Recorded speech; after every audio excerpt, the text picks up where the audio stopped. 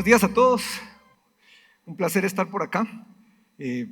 Buenos días a los panelistas que me acompañan. Tengo el placer de conocerles ya todos desde hace unos años, entonces esto va a poder fluir con mucha confianza y con mucha comodidad. Primero agradecerles a todos ustedes que están acá. Nosotros aquí estamos más desde la perspectiva del tema urbano, ustedes están en la perspectiva de las telecomunicaciones. Hoy ustedes tienen la responsabilidad de instalar ese sistema nervioso que las ciudades necesitan, ¿sí?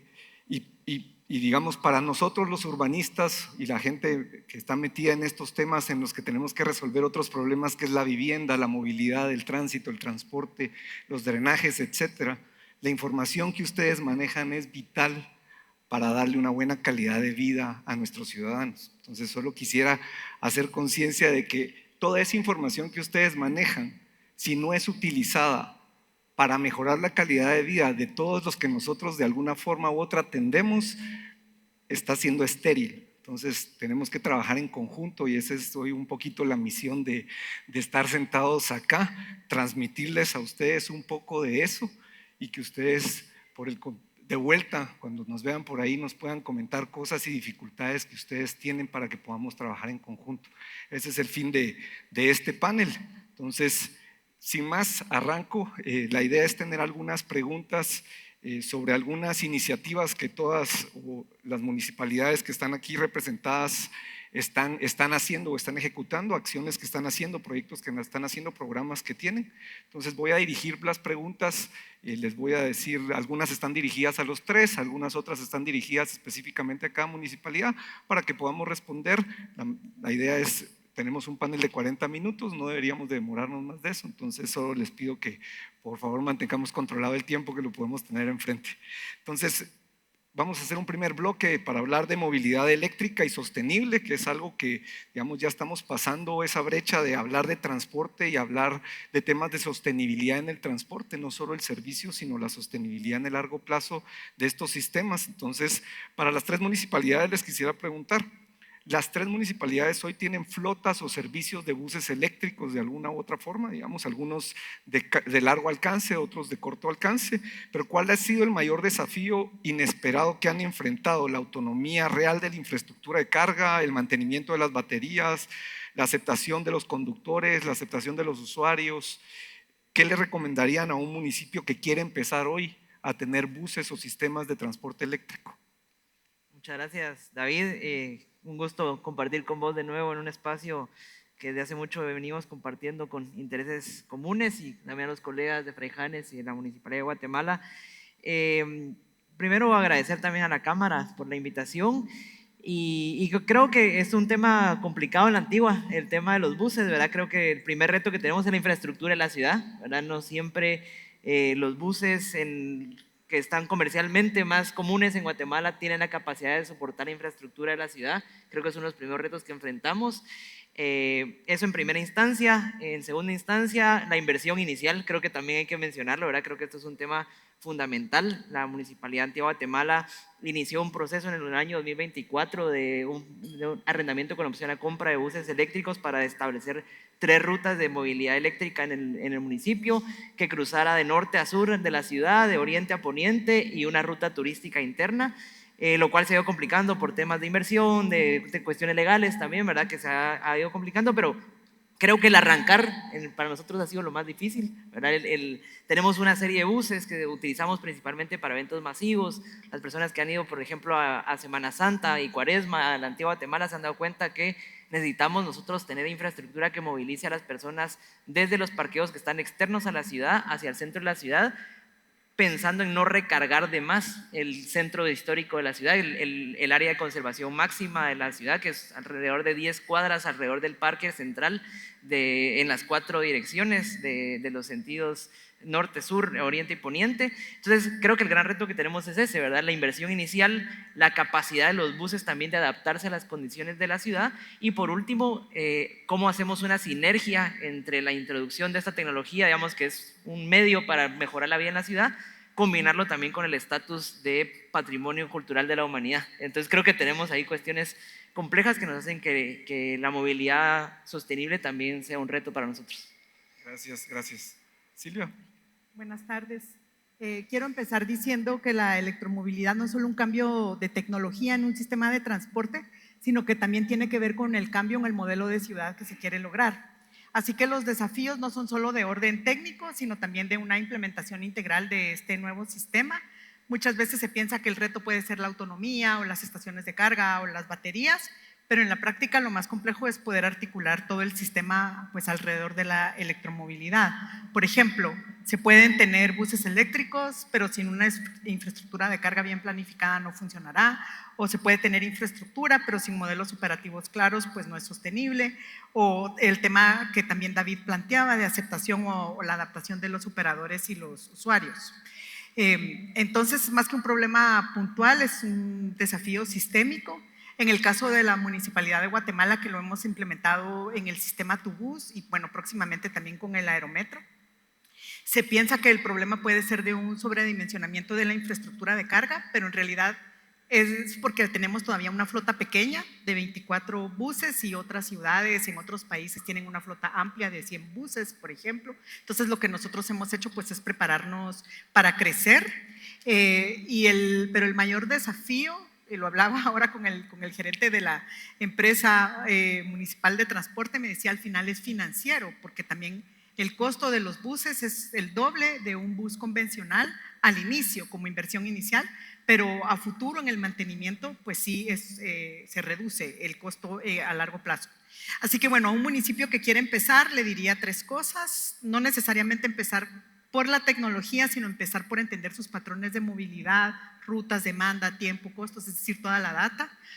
Pensar en un sistema, no en pilotos aislados, o sea, la electromovilidad no es solo comprar los buses, sino en diseñar la operación, la infraestructura y el financiamiento de una forma diferente y empezar pequeño pero estratégico, un corredor, una flota, un proyecto piloto bien medido. Y bueno, ya cierro acá solo diciendo un tema clave hacia esa ciudad inteligente, pues son los datos y eso es por lo que hay que empezar y el tema de telecomunicaciones nos ayuda mucho en eso. Sin información sobre la operación, consumo, comportamiento, es difícil que podamos escalar hacia estas nuevas soluciones de electromovilidad. Gracias. Gracias, Silvia. Gracias, David. Buenas tardes a todos. Yo creería que en términos de retos podría clasificarlos en 3. En el caso específico de Fraijanes es un modelo poco común en Guatemala. Fraijanes ha instaurado una flotilla pequeña de servicio de transporte eléctrico que tiene 2 finalidades interesantes. La primera es estimular una movilidad limpia y segundo, aportar un valor a la movilidad de los estudiantes.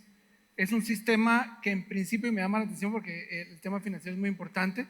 Es un sistema gratuito, es un sistema que mueve más o menos de 10 a 12.500 personas mensualmente. Y creo que el primer reto es el topográfico. La adaptación de los sistemas de electromovilidad a la topografía es uno de los temas que nos tocó resolver. Entender el tema de las potencias de los vehículos, la distribución de estos.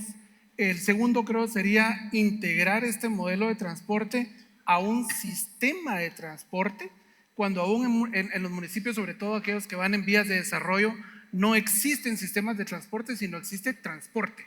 Existen buses y rutas por aquí y por allá, pero no hay una integración racional. Entonces, digamos que esa parte me lleva al tercer reto, que creo que es más difícil que la tecnología, más difícil que incluso el tema de la conexión eléctrica y el rendimiento, que es el tema de la educación.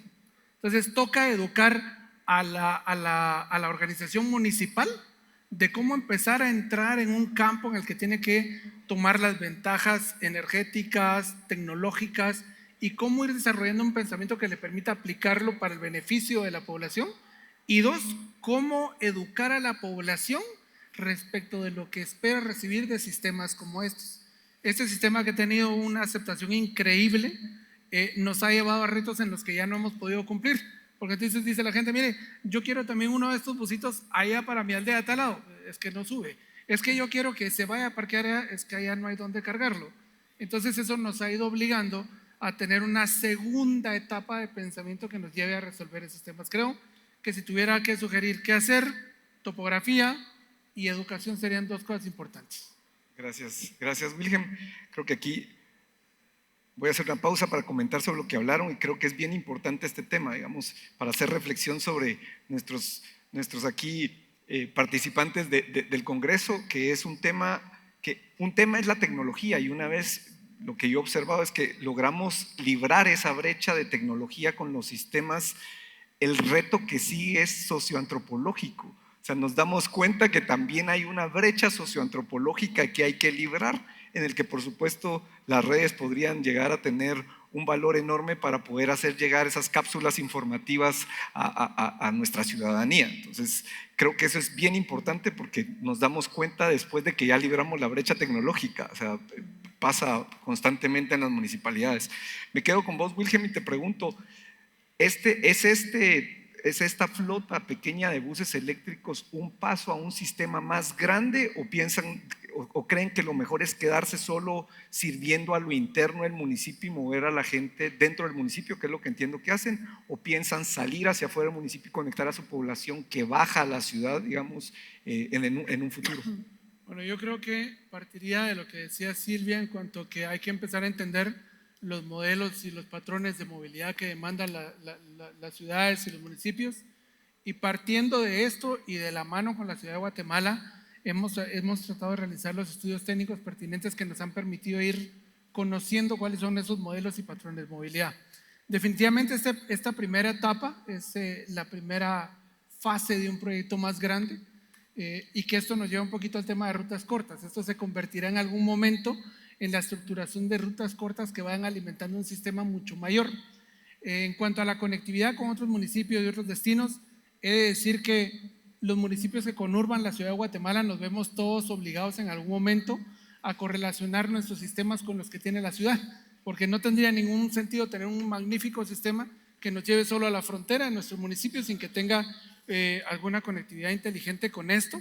Y hay una segunda etapa ya planeada, hay toda una fase ya diseñada para esta interconectividad, y esperamos que esto pueda ser coherente con los sistemas de otros municipios para poder ofrecer no solo mejor cantidad, sino mejor calidad del desplazamiento. Y creo que por ahí iría la vida. Muchas gracias, Wilhelm. Ahora vuelvo con Silvia. Entendemos que ustedes ya están montando el primer sistema de teleféricos urbanos, que es un eje que va de la ciudad de Guatemala a Misco.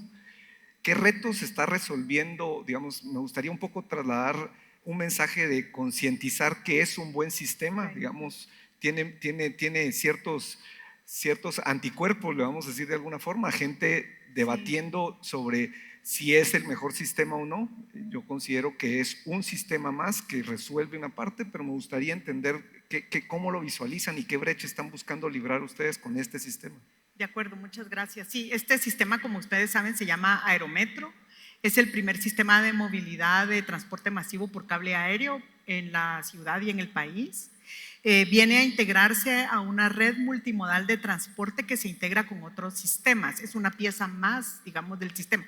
No es el proyecto que va a resolver el problema de movilidad en toda la ciudad, sino que se articula con el sistema Transmetro, con Tubús, con las ciclovías, con los corredores peatonales, pero en concreto resuelve un problema muy importante, muy específico, que otros sistemas no logran resolver, que es la conexión eficiente en territorios complejos, en este caso corredores de movilidad complejos.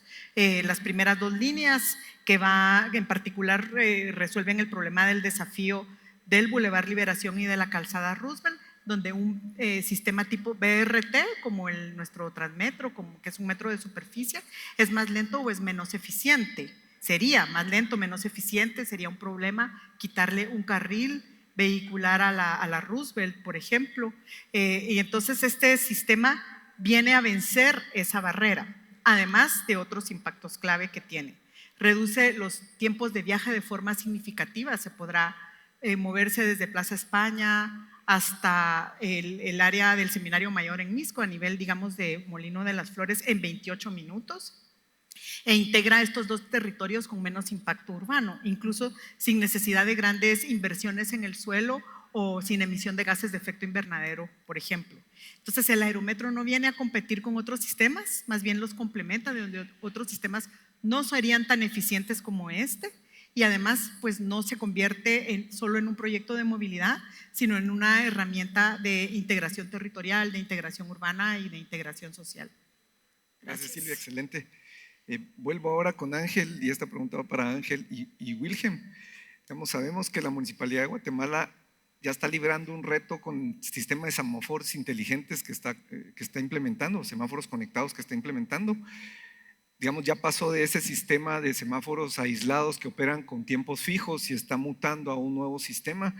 Ustedes tienen el reto de dar ese paso, digamos, ¿qué están haciendo en ese aspecto ambas ciudades? Y sobre todo, Ángel, ¿es posible hacerlo en una ciudad declarada Patrimonio de la UNESCO? Entonces, primero esperaría tu respuesta y después la de Wilhelm. Claro, bueno, en primera instancia, para nadie es ningún secreto la demanda vehicular que tiene la antigua Guatemala y cada vez más. Nosotros, que vamos a hablar un poquito más adelante, también tema de Marbex, que es la gestión del parqueo en la vía pública a través de medios digitales, nos ha ayudado mucho a tomar decisiones basadas en evidencia en ese sentido.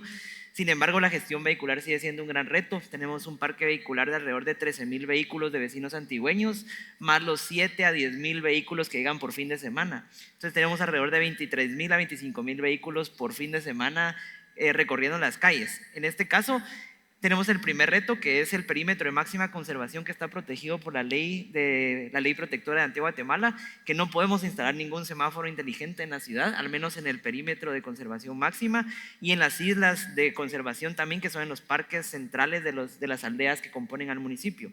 En este sentido, pues ahí es incluso hasta difícil colocar señalética vertical, ¿verdad? Tenemos que contemplar espacios en las casas, en las paredes, tenemos que tener el permiso de los propietarios, es decir, sí se vuelve una cuestión bastante compleja en la ciudad de Antigua Guatemala, sobre todo porque tenemos una autoridad reguladora que es autónoma, que es el Consejo Nacional para la Protección de Antigua, entonces no está en manos de la municipalidad ni siquiera la decisión de poder tomar colocar estas señaléticas o estos sistemas de semáforos, sino que pasa por este ente específico.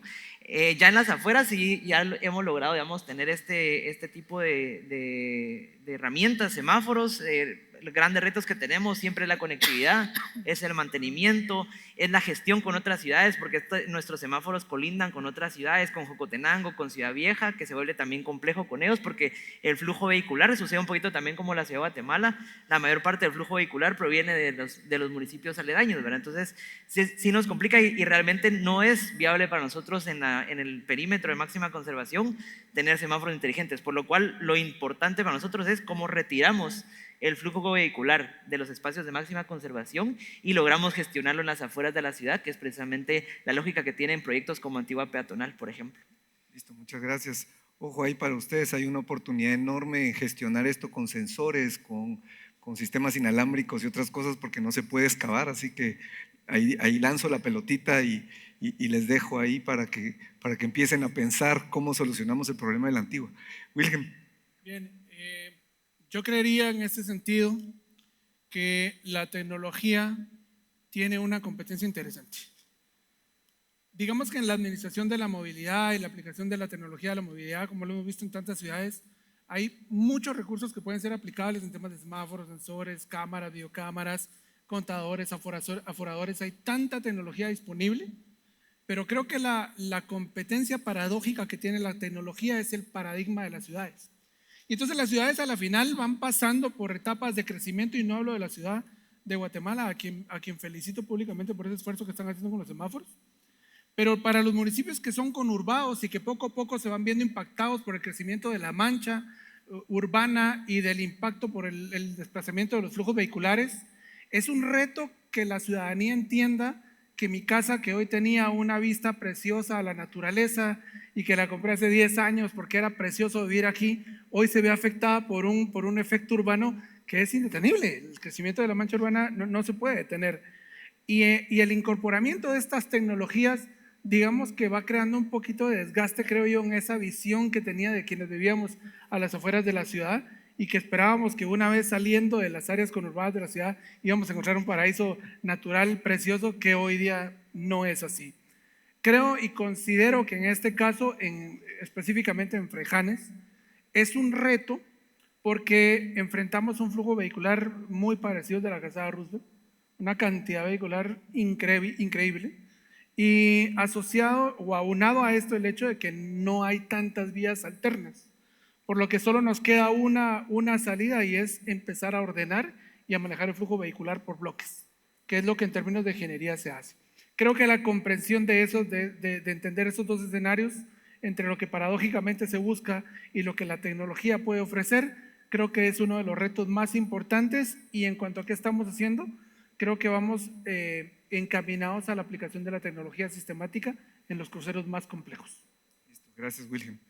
Vuelvo ahora con Silvia. Entiendo que ya tienen un sistema semafórico conectado que ya va por encima o cerca del 50% de intersecciones instaladas en la ciudad.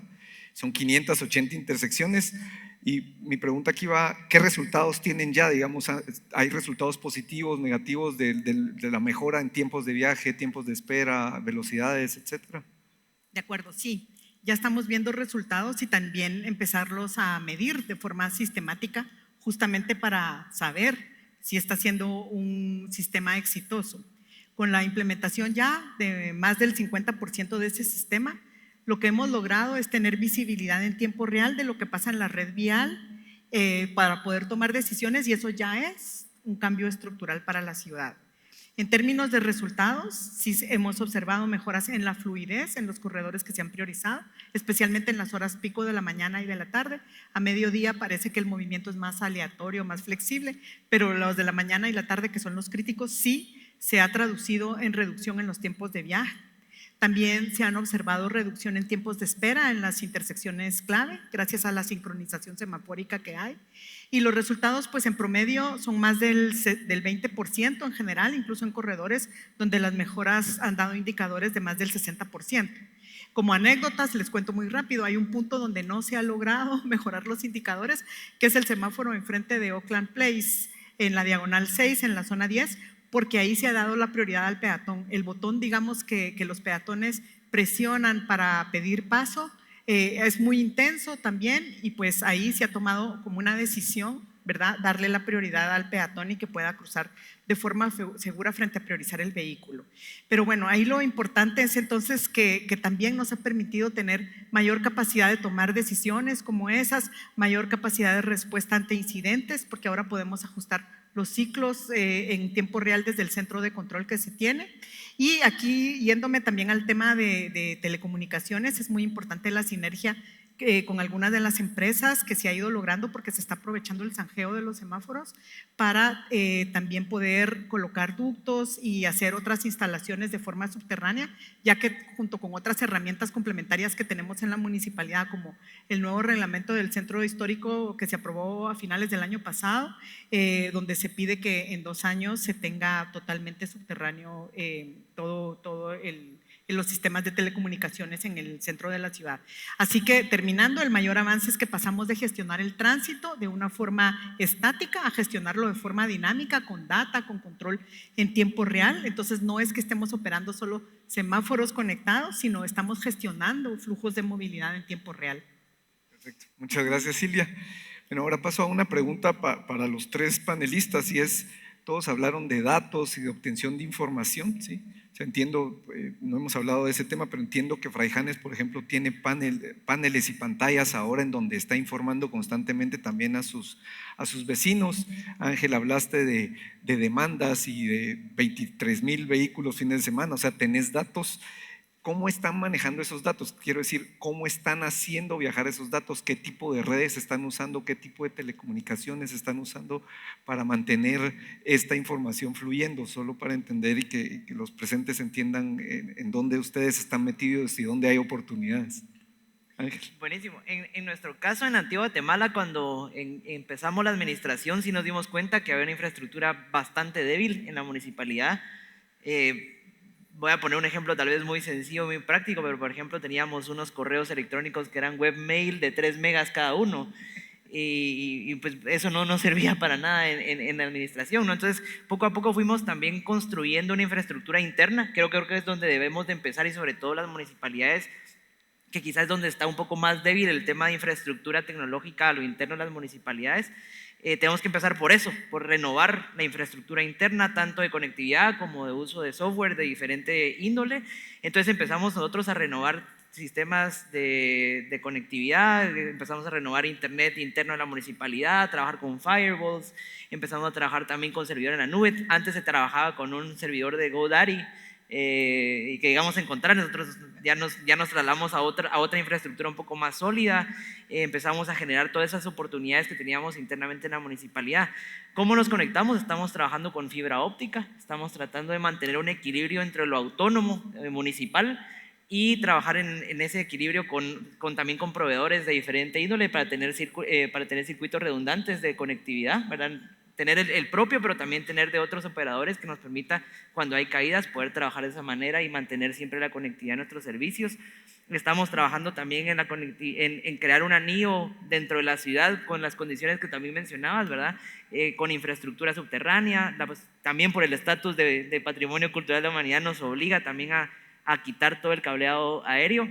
Entonces creo que hay dos dimensiones, ¿no? La parte interna de fortalecer la capacidad institucional municipal en términos de tecnología y de conectividad, pero también todo ese esqueleto, el que mencionabas al inicio, que tiene que ver con la provisión de servicios públicos. Entonces creo que hay que mantener un equilibrio entre lo propio autónomo municipal frente a la capacidad que tenemos también de contratar proveedores y tener operadores externos que nos apoyen como municipalidades, obviamente con lo que eso implica también con la gestión de los recursos y la capacidad financiera de las municipalidades, ¿no? Gracias, Ángel. Silvia. Gracias. Bueno, en la Municipalidad de Guatemala estamos utilizando un modelo híbrido de conectividad porque ningún sistema por sí solo resuelve todas las necesidades de una ciudad. En términos generales, pues se tiene fibra óptica para la infraestructura crítica, semáforos, cámaras, conexión con el centro de control, porque eso garantiza estabilidad, velocidad, baja latencia. Redes móviles 4G para soluciones más flexibles, como los sistemas de prepago dentro de los buses, servicios al usuario con conectividad Wi-Fi, y en proyectos como el Aerometro, pues también se incorporará la conectividad para el usuario, por ejemplo, Wi-Fi en las cabinas, que es algo que se está previendo. Entonces, la clave no es elegir una sola tecnología, sino combinarla de forma eficiente según el tipo de servicio, y algo muy importante es que tampoco lo podemos hacer solos. Ahí necesitamos de ustedes, se requiere esa coordinación con las empresas de telecomunicaciones para aprovechar la infraestructura existente, para evitar duplicar inversiones y ampliar la cobertura también de forma más eficiente.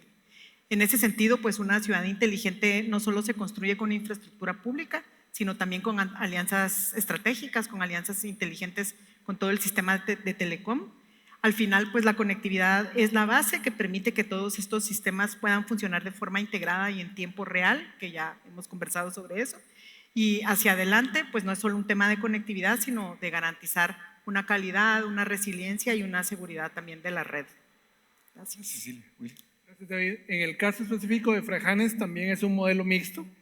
Digamos que los servicios operativos, por ejemplo, recolección de desechos sólidos, la atención de emergencia de aguas, por ejemplo, fontaneros, los equipos de fontaneros, los servicios de transporte, y hablo específicamente del servicio de electromovilidad de transporte, al igual que el de la policía, están monitoreados con un sistema DMR2, DMR3, que nos permite geoposicionamiento inmediato y distribuir de mejor manera los pocos recursos que se tienen.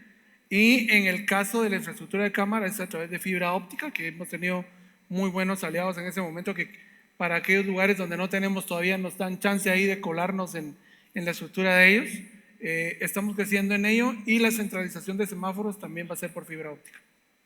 Muchas gracias. Gracias, Wilhelm. Gracias a todos. Una pregunta para ustedes, Ángel. Digamos, considero que fue muy innovador la implementación del app esta para pagar parqueo, y lo digo desde la perspectiva del usuario. Me ponía como los 11,000 diablos llegar a la Antigua y que el policía no estuviera y tener que estar volteando para ver dónde estaba el policía que me vendía el gafete. Creo que fue una innovación muy pertinente. ¿Qué resultados han tenido de manera breve? Digamos, ¿qué lecciones han aprendido del app? Buenísimo.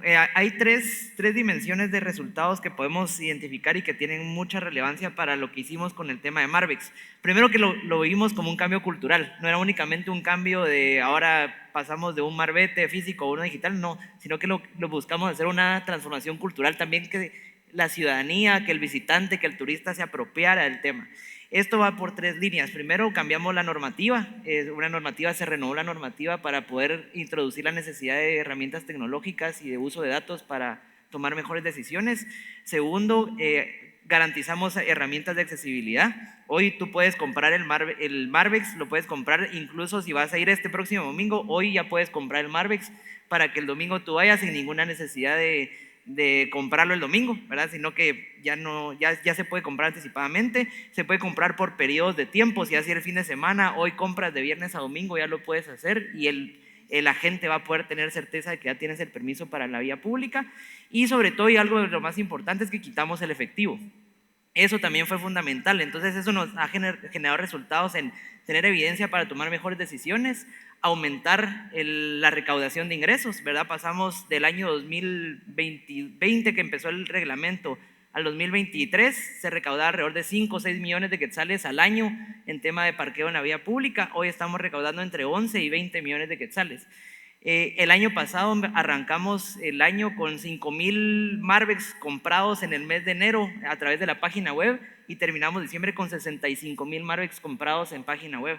Eso lo que nos ha permitido es que cada persona se convierta en un propio agente de poder, como decía, ya nadie está volteando para buscar un policía, sino que la misma persona desde el día anterior, desde el hotel en el que llega o de su casa o desde el mismo carro cuando va en San Lucas. Desafortunadamente que hay tráfico en San Lucas, puede ir comprando su Marbex para llegar a la Antigua. Entonces nos ha dado capacidad de tener accesibilidad, capacidad de poder mejorar los ingresos, pero también, y lo más importante, la supervisión del cumplimiento de la norma. Los agentes de Policía Municipal de Tránsito en el POS le toman una fotografía a la placa, mediante tecnología OCR, reconoce los números de la placa y automáticamente consulta con la base de datos a qué hora, en qué segundo específicamente compró la persona su Marbex. Entonces, ese cumplimiento, ese monitoreo también nos ayuda a generar que las personas se sientan claras de cómo hacer cumplir la norma, que su vehículo está estacionado de forma correcta, que está cuidado y protegido porque la ciudad es una ciudad bastante segura y que a la municipalidad le está dando certeza sobre cómo manejar los reglamentos que manejamos. Excelente, felicitaciones, qué buenos resultados. Silvia, entiendo que, digamos, ustedes tienen un sistema prepago que echaron a andar ya hace unos 4 o 5 años. Este sistema lo están utilizando en tu bus, en Transmetro. Entiendo que hay otros operadores, la Municipalidad de Santa Catarina lo utiliza también parcialmente y entiendo que el teleférico lo va a utilizar también. Digamos, lecciones aprendidas y resultados que tengan similar a lo que pasa con el app de la Antigua, ¿qué nos pueden comentar? Por mi sesgo de urbanista, pues verán que he tratado de orientar todas las respuestas como al modelo de ciudad, a la gestión de ciudad, y en esta respuesta también, ¿verdad? La principal lección es que el sistema de pago entonces no es solo una herramienta operativa, digamos, para operar en un sistema de transporte, sino también para entender y gestionar mejor la ciudad. Entonces, al principio uno piensa en el medio de pago, pero el valor ha estado también en la información que eso genera. Por ejemplo, con el uso de la tarjeta prepago podemos saber cuántos pasajeros se movilizan, en qué estaciones abordan, cuántos viajes hacen, cómo se comportan también los distintos grupos de usuarios, y eso permite tomar decisiones para mejorar el servicio y entender mejor la propia sostenibilidad del sistema. Un dato muy relevante, por ejemplo, es que los viajes de adultos mayores representan un 20% de los viajes y no generan ingresos directos a la municipalidad porque son gratuitos para ellos. Pero bueno, eso nos da como una conciencia más clara del costo real de operar los sistemas y de los retos de financiamiento que debemos enfrentar. También nos permite identificar cómo evoluciona la ciudad, en dónde está creciendo la demanda, en qué estaciones, anticipar dónde se está densificando la ciudad, digamos, y que se necesita pues ampliar ahí la red o tomar decisiones respecto a capacidad de infraestructura y servicios. Entonces, cada transacción o cada uso de la tarjeta, digamos, no es un pago, es información que nos ayuda para planificar y gestionar mejor, y ahí está la gran lección. El sistema de pago es mucho más que un recaudo, es más que el uso de la tecnología. Es una base para que el sistema de movilidad pueda ser cada vez más eficiente, más equitativo y basado en datos. Bien, yo creo que una de las cosas importantes aquí es la caracterización de quién usa el sistema de transporte, cómo lo usa y las características de cada uno de los municipios. Fraganes tiene una característica que es un hito en la zona del departamento de Guatemala. Ustedes pueden encontrar en Fraganes casas que cuestan fácil 3 millones de dólares, pero 5 kilómetros más adelante pueden encontrar lugares que son absolutamente rurales. La incorporación de sistemas de transporte que funcionen de manera mixta o en esos entornos mixtos conlleva que uno tenga que entender de quienes pueden pagar con una tarjeta Visa, con una tarjeta tal, con una tarjeta tal, y aquella gente que nunca ha podido pagar un bus así, que no sabe cómo hacerlo, que hay que educarlo y que hay que llevar una estación de recarga a un mercado, a una tienda, porque no es, digamos, parte del movimiento diario de esos espacios. En ese sentido, la municipalidad ha tenido que entender muy bien cuáles son las características por zona, cuáles son las necesidades por zona y tratar de solucionarlas de manera independiente. Creo que una de las ventajas que hemos tenido hasta el momento es que nuestra primera fase es gratuita, pero en la siguiente etapa, que no va a ser así porque es un poco más grande, pues son temas que son susceptibles de una solución técnica. En este caso creo que la mejor solución que hemos encontrado es que cada una de las unidades grandes que se incorporen van a ser estaciones de Wi-Fi full y eso va a permitir tener ese backup de datos ahí. Excelente. Gracias, Wilhelm. Bueno, ya el tiempo se nos está agotando, así que voy a la última pregunta con una intervención breve para cada uno de ustedes y es, supongamos que en el mundo ideal aquí todos los presentes colaboraran con las municipalidades y las redes y las telecomunicaciones para ustedes no fueran un problema, ¿sí? O sea, para las municipalidades no fuera un problema tener redes en cualquier lado. ¿Qué proyectos tienen hoy o han visto en otras ciudades que les gustaría implementar en sus municipalidades, dado que pudieran tener disponibilidad de red y comunicación en cualquier punto de la ciudad? Empiezo por vos, Ángel, ¿qué te gustaría hacer? Bueno, en primera instancia creo que enfocarnos bastante en temas orientados a la accesibilidad de los servicios públicos, por ejemplo, contadores digitales de agua. Creo que nosotros estamos ahorita empezando un reto importante en ese sentido, contadores digitales de agua, ir promoviendo el uso de tecnología como una herramienta para hacer más eficientes los servicios públicos y reducir los costos de la ciudadanía de cómo acercarse a los mismos, incluyendo hasta los pagos digitales en línea, que es un tema aparte, digamos, que tiene que ver más con finanzas y otras cuestiones orientadas a ese tema. Fortalecer la infraestructura de conectividad en la ciudad para nosotros es importantísimo. Somos una ciudad que se caracteriza mucho también por tener mucho nómada digital y para nosotros y mucho turismo, y eso para nosotros fortalecer la capacidad de conectividad dentro de todo el municipio. Tenemos muchos focos de zona cero de conectividad en Antigua, que creo que eso habría que buscar también la manera de fortalecerlo, y sobre todo y lo más importante, cómo nosotros garantizamos conectividad y utilizamos la tecnología como una herramienta para la gestión de la ciudad durante eventos masivos.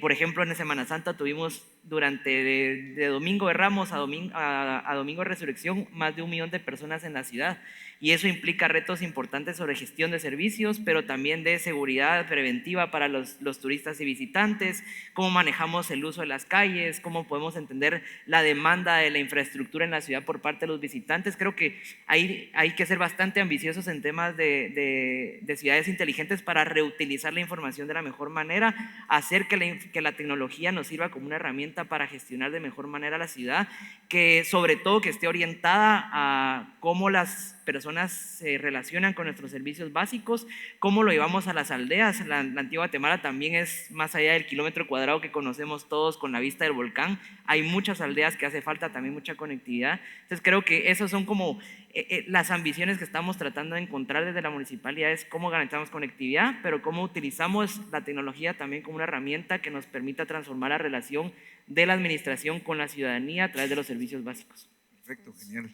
Para la ciudad de Guatemala, uno de los proyectos que más nos gustaría escalar es la conectividad en el espacio público, particularmente a través de Wi-Fi en espacios públicos y por supuesto en los sistemas de transporte, pero eso pues ya va. Porque es importante, no es solo un tema de acceso a Internet, es un tema de inclusión digital, de acceso a servicios, de calidad de vida urbana. Para muchas personas el espacio público y también los sistemas de transporte, digamos estaciones y propiamente los sistemas, pero sobre todo los parques, las plazas, las calles como espacios de encuentro podrían ser, y de hecho para muchos ya es, el principal punto de conectividad, y eso tiene un impacto en cómo funciona la ciudad. Esa mejor conectividad permite mejorar la experiencia del usuario, habilitar más servicios digitales y fortalecer la recolección de datos, que pues ya todo lo hemos hablado, lo acaba de hablar Ángel también. Entonces la conectividad en el espacio público ya no debería ser un lujo, sino ser parte de la infraestructura básica de la ciudad. Necesitamos sí cerrar esa brecha para no solo conectar dispositivos, sino conectar a las personas con oportunidades y poder ofrecer pues una nueva generación de servicios públicos. Excelente, gracias Silvia. Bien, yo en atención a tu pregunta, soñando en un mundo ideal, creo que la infraestructura para la conectividad, y coincido con mis colegas, es importantísima, en 2 niveles. El primero, coincido con Silvia, que permita la conectividad de las personas a nivel particular en parques, paradas de buses, etcétera, pero que también permita la interrelación de datos o la interconexión de datos a nivel institucional. Por supuesto, con todos los esquemas de seguridad que ya nuestro antecesor dijo, pero que nos permita también conocer otros modelos paralelos de quienes son nuestros vecinos para impactar de manera un poquito más integral. Gracias, Wilhelm. Bueno, para cumplir con el tiempo, cierro brevemente. O sea, creo que hoy muchos retos están aquí planteados y muchas oportunidades también. Los invito a que en conjunto municipalidades y proveedores de telecomunicaciones pues nos ayudemos mutuamente a construir una ciudad bien conectada en beneficio de todos los ciudadanos. O sea, hacer fluir información, por supuesto que es importante, pero lo importante sería hacer que la calidad de vida de todos los ciudadanos sea mejor a través del uso de todos estos bits que ustedes hacen viajar de un lado al otro. Así que muchas gracias a ustedes tres por acompañarme hoy, muchas gracias a ustedes por estar acá y escucharnos. Estarán pasando ya hambre, así que los invito a que pasen a almorzar y muchísimas gracias a todos. Que tengan una buena tarde.